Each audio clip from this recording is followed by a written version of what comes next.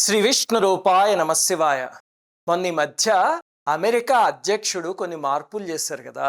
దానివల్ల రాత్రికి రాత్రే రోడ్డున పడిపోతామేమో అని భయపడి వందలాది మంది విదేశాల్లో ఉన్న మన ఛానల్ సబ్స్క్రైబర్స్ ఈమెయిల్స్ చేశారు. ఎందుకంటే పాపం ఎంతో కష్టపడి చదువుకోవడానికి అక్కడికి వెళ్తారు. లేకపోతే అక్కడికి వెళ్ళి ఉద్యోగం చేస్తూ ఉంటారు విదేశాలకు వెళ్ళి. అక్కడికి వెళ్ళడం కూడా అంత తేలికైన పని కాదు కదా! పాపం వాళ్ళు జీఆర్ఈ, టోఫెల్, జీమాట్ ఇలాంటివన్నీ ఎంతో కష్టపడి సాధించి స్కోర్‌లో అక్కడికి వెళ్తారు. అందులోనూ ఏమిటంటే సరదాగా విదేశాలకు వెళ్ళేవాళ్ళు ఒక 20% డబ్బున్న వాళ్ళుంటే, ఒక 80% మధ్యతరగతి వాళ్ళే వెళ్తారు. ఎలాగైనా ఇంటిని పైకి తీసుకురావాలి అని.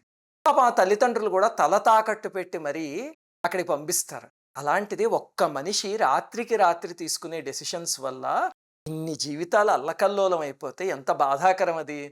మరి ఇటువంటి సమస్యొస్తే ఇప్పుడు ప్రస్తుతానికైతే ఏమిటంటే ఆయన ఒక 60 రోజులో, 90 రోజులో దాన్ని పోస్ట్‌పోన్ చేశాడట. బానే ఉంది అంతవరకు.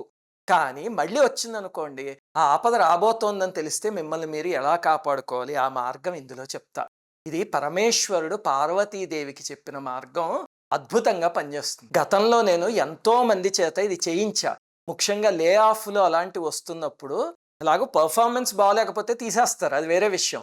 అలా కాకుండా పెర్ఫార్మెన్స్ చాలా బాగున్న వాళ్ళని కొన్నిసార్లు టీమ్ మొత్తం వెళ్ళిపోవడమో, కంపెనీ మొత్తం మూతబడిపోవడం అలాంటివి జరుగుతూ ఉంటాయి కదా!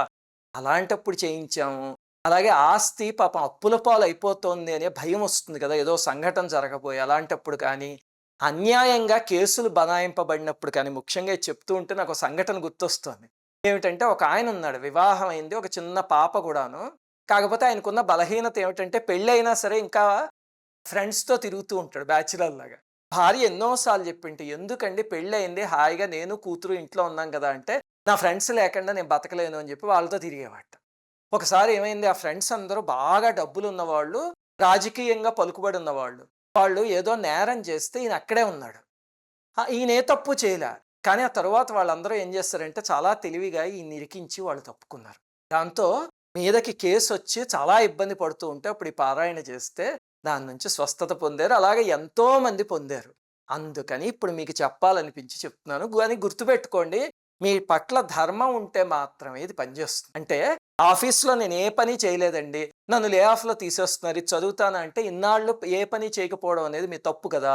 అలాగే నేనేదో నేరం చేశాను, కేసులో ఇరుక్కున్నా, ఇప్పుడు చదవచ్చా అంటే నేరం చేశారు కాబట్టి శిక్ష అనుభవించటం అంతే. అలా కాకుండా మీ పట్ల ధర్మం ఉంటే ఇది తప్పకుండా పనిచేస్తుంది. ఇంతకీ ఏం పారాయణ చేయాలి అంటే, రామాయణం యుద్ధకాండలో 18, 19 సర్గలున్నాయి. ఆ 2 సర్గల్లోనూ దాదాపుగా 80 శ్లోకాలున్నాయి అటు ఇటుగా. అవి చదవాలి. ఏమిటండి ఆ శ్లోకాలు అంటే, దాన్నే విభీషణ శరణాగతి అంటారు. రావణాసురుడి నుంచి విభీషణుడు విడిపడి బయటకొచ్చేసాడు గదా! ధర్మం కోసం అని. వచ్చేసాక పాపం రామచంద్రమూర్తి చేర్చుకుంటారో లేదో, ఆ చుట్టుపక్కల ఉన్న పరివారం చేరనిస్తారో లేదో, తను రావణాసురుడికి చెందినవాడిని గదా అని ఆయనకు అనుమానం వచ్చి ఆకాశంలో నిలబడ్డాడు గాలిలో దీపంలాగా. అప్పుడు విభీషణుడి విషయం విని శ్రీరామచంద్రమూర్తి, "నేను శరణాగతిని ఇస్తున్నాను, నీకింక భయం లేదు రా" అని చెప్తే వచ్చి రామయ్య పాదాల మీద పడి పట్టుకోవడం. ఆ తర్వాత రామచంద్రమూర్తి, "నేను విభీషణుడిని ఇక్కడే రాజ్యాభిషిక్తుడిని చేసేస్తాను" అని చెప్పి చేయడం. రావణవధ చేస్తాను అని చెప్పి ప్రతిజ్ఞ తీసుకోవడం. అది ఆ 2 సర్గల్లో ఉన్నది. అంటే అర్థమవుతుంది కదా! మన జీవితం కూడా అలా గాలిలో దీపంలా ఉందనుకోండి. అప్పుడు శ్రీరాముల వారిని శరణు వేడితే ఆయన శరణాగతి ఇస్తారు. అప్పుడు వెళ్ళి ఆయన పాదాల మీద పడ్డం. ఇది ఈ అధ్యాయంలోది. మన మీద కూడా అలాగే పనిచేస్తుంది. ఇదేమీ నేను కల్పించి చెప్పట్లే. ఉమా సంహితలో దీనికి ప్రామాణికమైన ఒక శ్లోకం ఉంది.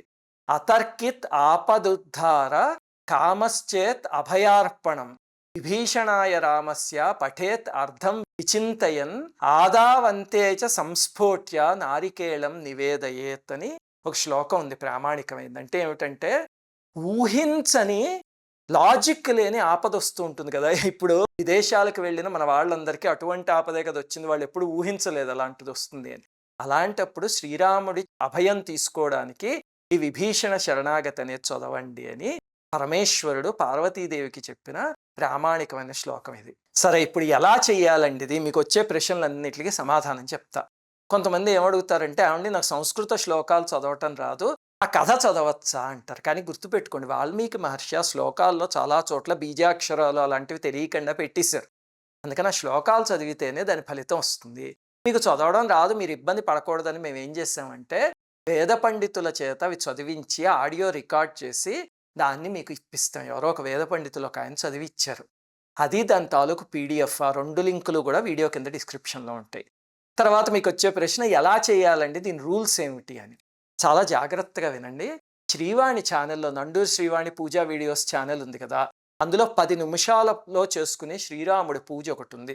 ఇప్పటిదాకా మీరు చూడకపోతే గనుక ఒకసారి 10 నిమిషాలు వెళ్ళి అది చూడండి. అది చూస్తేనే ఇప్పుడు నేను చెప్పబోయేది అర్థమవుతుంది. ఆ పూజలో 8 నిమిషాల దగ్గర రామరక్షా స్తోత్రం పూర్తవుతుంది.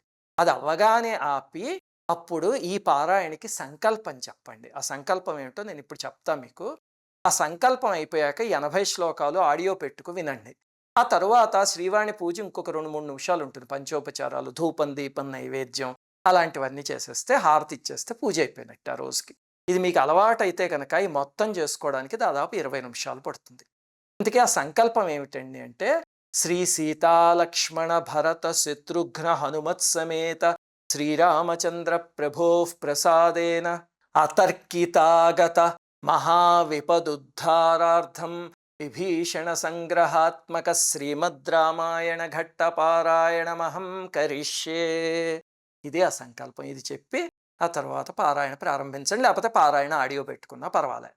ఇంతకీ ఏం నైవేద్యం పెట్టాలండి అంటే అందులోనే చెప్పారు కదా, ఆదావంతేచ సంస్ఫోట్య నారికేళం నివేదయత్ అని. అంటే పారాయణకి ముందు చివర కొబ్బరికాయ కొట్టమని. వెంటనే విదేశాల్లో ఉన్నవాళ్ళు మాకు ఇక్కడ అన్ని కొబ్బరికాయలు దొరకవండి అన్నారు అనుకోండి, కొన్ని చివర్లో ఒకటి కొట్టండి. అది కూడా దొరకదండి ఇక్కడ కొబ్బరికాయ అన్నారు అనుకోండి, అప్పుడు ఏ అరటిపళ్ళలో దొరికితే అవి నైవేద్యం పెట్టండి. ఇంతకీ ఎన్ని రోజులు చేయాలి? ఇది మాత్రం ఉమాసంహితలో చెప్పలేదు. ఈ పారాయణకి కొన్నిటికి చెప్పారు, కొన్నిటికి చెప్పలే. అందుకని ఎన్ని రోజులు అన్నదానికన్నా ఎంత శ్రద్ధగా చేశాము అన్న దాని మీద దృష్టి పెట్టండి. రాములవారి పటం పెట్టుకుని స్వామి నీ పాదాలు పట్టుకుంటున్నావు, నువ్వే కాపాడాలి అనుకుని చేయండి. ఖచ్చితంగా మీరు శ్రద్ధగా చేయగలిగితే ఆపద తీరిపోయి చక్కగా బయటపడిపోతారు అందులోంచి. అలా అయ్యాక ఒకసారి రాముల వారికి నమస్కారం చేసుకుని కృతజ్ఞతలు చెప్పుకోండి. సరే, ఇప్పుడు వీడియో ముగించే ముందు 2 ముఖ్యమైన విషయాలు. మొట్టమొదటిది ఏమిటంటే మీకు వీడియోలో చెప్పినట్టు కింద డిస్క్రిప్షన్లో 4 ఇస్తున్నాం. మొట్టమొదటిది శ్రీవాణి ఛానల్లో ఉన్న వీడియో, రెండోది సంకల్పాన్ని అన్ని భాషల్లో ఇస్తాం, మూడోది ఆడియో ఎక్కడ లింక్ ఉందో అది ఇస్తాం, నాలుగోది దీనికి పీడిఎఫ్ ఇస్తాం. అవన్నీ ఇస్తాం. ఒకవేళ పీడిఎఫ్ ఆడియోకి మధ్యలో ఏమైనా తేడాలు ఉన్నాయనుకోండి, అప్పుడు ఆడియోలో ఉన్నదే కరెక్ట్ పీడిఎఫ్లో సరి చేసుకోండి. ఎందుకంటే రామాయణంలో చిన్న చిన్న మార్పులు ఉంటాయి కదా, ఉంటే కనుక పీడిఎఫ్ని సరి చేసుకోండి, ఆడియోనే ప్రామాణికంగా తీసుకోండి. అలాగే మీకు ఇంకా చాలా సందేహాలు వస్తాయి కదా, అవన్నీ కామెంట్స్లో అడిగితే మా అడ్మిన్ వాటిలన్నిటికి సమాధానాలు వీడియో కింద ఉన్న డిస్క్రిప్షన్లో ఇస్తాడు. ఇది ఇప్పటికే మేము చాలామందికి చెప్పాము, వారు లబ్ధి పొందారు. అలాగనే మీలో ఎవరికైనా రామానుగ్రహంతో ఈ పారాయణ చేశాక కష్టం తీరిందనుకోండి, ఇటువంటి భయాలు ఏవైనా వస్తే మీరు చేయని తప్పు అది. హాయిగా అమెరికాలో ఉండి ఏదో సంపాదించుకుని వద్దాం అనుకుని వెళ్ళినప్పుడు అంత భయం వస్తే ఎలాగే చెప్పండి. అటువంటి భయం రామానుగ్రహంతో పోయి కొన్ని కుటుంబాలు నిలబడినా సరే మా ఇంట్లో శుభం జరిగితే ఎంత ఆనందిస్తామో అంతగా ఆనందపడతాం. శ్రీరామానుగ్రహ ప్రాప్తిరస్తు. శ్రీమాత్రే నమః. అందరికీ నమస్కారం.